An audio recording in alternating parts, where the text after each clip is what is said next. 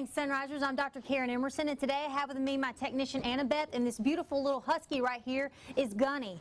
Now, a few months ago, Gunny presented basically totally lifeless. Her dad had to basically carry her in. Her extremities were extremely cold. She had been attacked actually by a pack of coyotes. She had probably over 30 multiple bite wounds, which we are going to show you some pictures of. She had them, her ears were torn. She had multiple bite wounds all over her neck, basically around her tail area. There were big rips. All her legs were chewed. One leg had probably about 15 different types of wounds going up and down the leg. Basically, she was comatose. We placed a catheter. We started emergency measures, and we actually started getting her back. She actually ended up having about 3 or 4 surgical procedures performed, and now, as you can see, she doesn't act like that at all.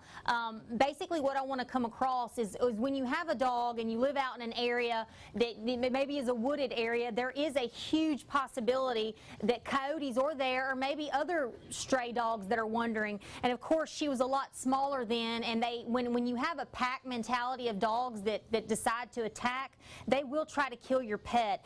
She actually had a large laceration in her neck that exposed her jugular vein that we had to go in and clean.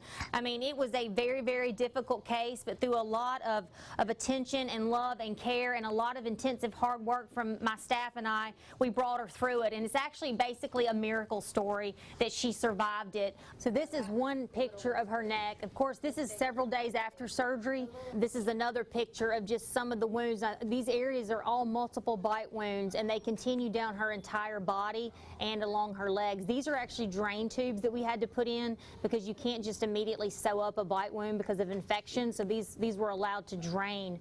So she had these drains in her necks for probably about 10 days, and she stayed in hospital for about 2 weeks. So this was extremely painful and extremely traumatic for her to go through, but you can see how well she's recovered.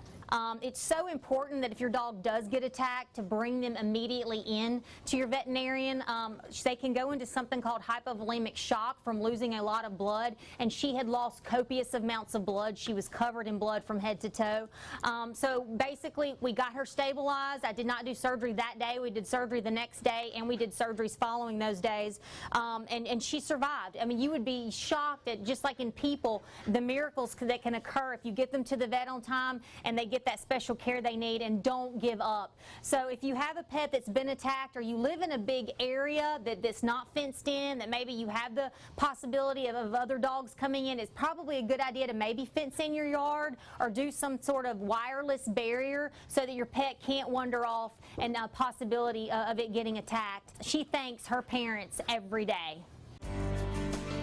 WCBI Animal Health with Dr. Emerson was brought to you by Emerson Animal Hospital in West Point.